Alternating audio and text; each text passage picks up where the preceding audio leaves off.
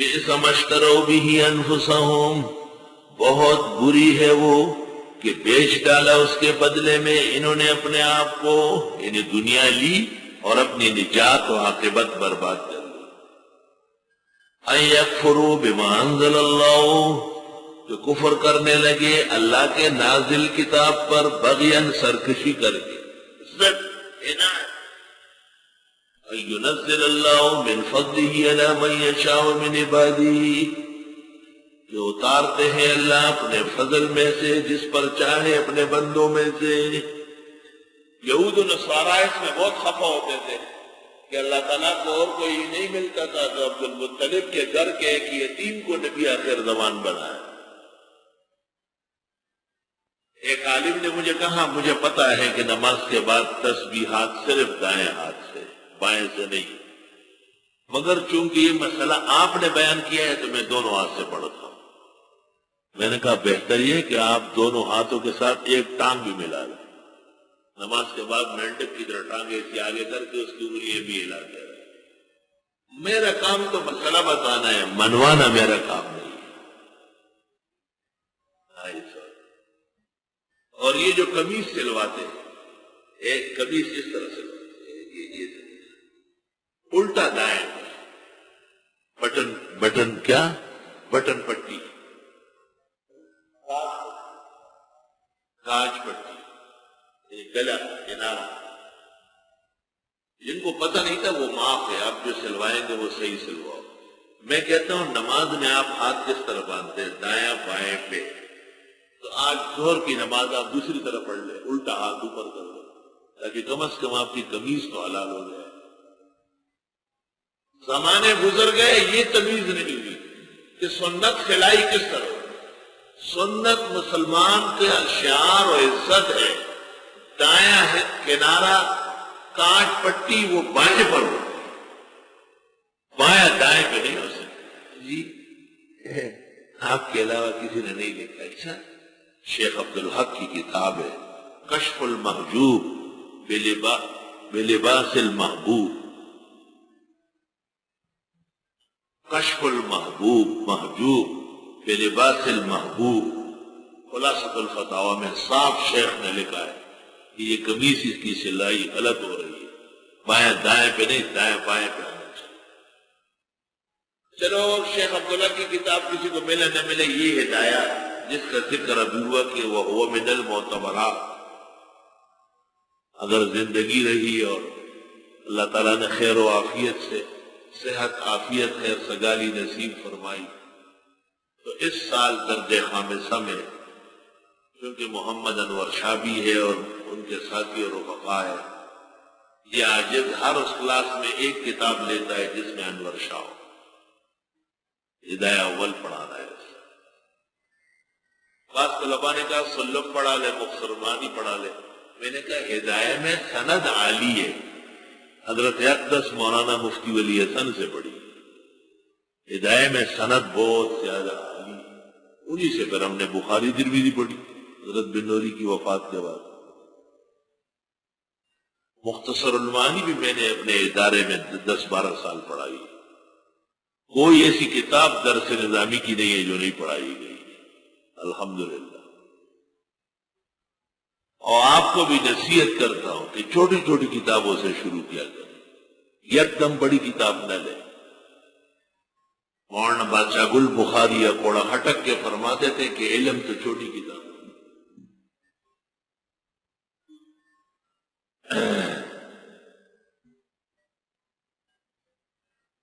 تو چونکہ یہ مسئلہ اس عاجز و فقیر نے بیان کیا ہے تو بعض لوگ حسد اور عناد کی وجہ سے مانتے نہیں۔ تو ہدایہ میں یہ لکھا ہوا ہے کہ مردے کو جس وقت کفنایا جا رہا تو فرمایا پہلے بائیں کنارہ لپیٹے، یہ بائیں ہوا نا، لیفوق علیہ الیمنا، تاکہ دایاں اوپر آ جائے۔ آگے کیا کہتے ہیں، کما فی الحیاۃ، جیسے اس لبر چٹو مردے زندگی بھر کیا اور زندگی بھر اٹھا ہے ارمان در۔ ہدایہ کو پتہ نہیں تھا کہ الٹی پٹی والے آئے جن کے گلے کا کنارہ الٹا لگا ہوا ہو، اس صاحب ہدایت تک یہ الٹی قوم پیدا نہیں ہوئی تھی، اس کے بعد پیدا ہوئی۔ ایک بڑے عالم کو میں سلوا کے دیتا تھا تو وہ پھر گاؤں جا کر کے درجی کو 30 روپے دے کے پھر پلٹتا تھا۔ ایک دن میں بھی غصہ ہو گیا، میں نے کہا یار جی اگر آپ کی زندگی میں کوئی سنت زندہ ہوئی تو بری بات ہے، آپ نے قسم کھائی ہے کہ سنت ہونے نہیں دیں۔ اس کے بعد اپنے گھر والوں کو کہا بھائی میری کمی سے ٹھیک رہے، ایسی رہ رہے، مولانا بہت خفا ہوگا۔ آخر جب بشر غصہ شو ہوتا جی قسم نے پڑھ رہے دین کار میں طرح کہیں چلے اور دین بروانے صاحب اجون کی اور سنت جندے نے بتا خبر۔ ایک اور مولوی کو میں نے 3-4 جوڑے سلا کے دے دیے، کچھ دنوں بعد اپنے جوڑا سلوایا اسی طرح الٹا۔ میں نے کہا میں نے تو اس لیے سلوایا تھا کہ آپ کی عادت یہ اچھی ہو جائے، لیکن آپ یہود کی طرف بغیاً زد کر رہے ہیں، اس لیے آپ کا حشر بھی یہود کے ساتھ۔ فَبَاءُوا بِغَضَبٍ عَلَىٰ غَضَبٍ، مستحق ہو گئے اللہ کے غضب در غضب کے۔ توبہ توبہ۔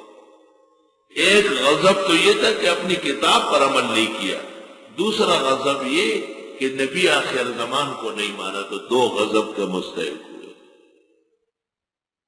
دوسری توجیہ، ایک غضب اس لیے کہ ایمان سے محروم ہوئے، اور دوسرا غضب ان پر اس لیے آیا کہ ایمان والے اعمال سے محروم ہوئے۔